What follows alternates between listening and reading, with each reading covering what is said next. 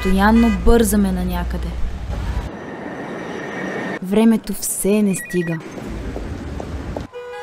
Ежедневието ни притиска.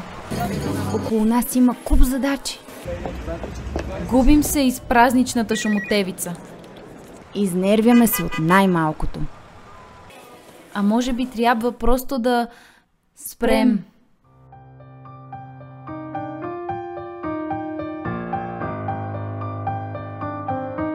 Да забавим темпото. Да оставим тревогите.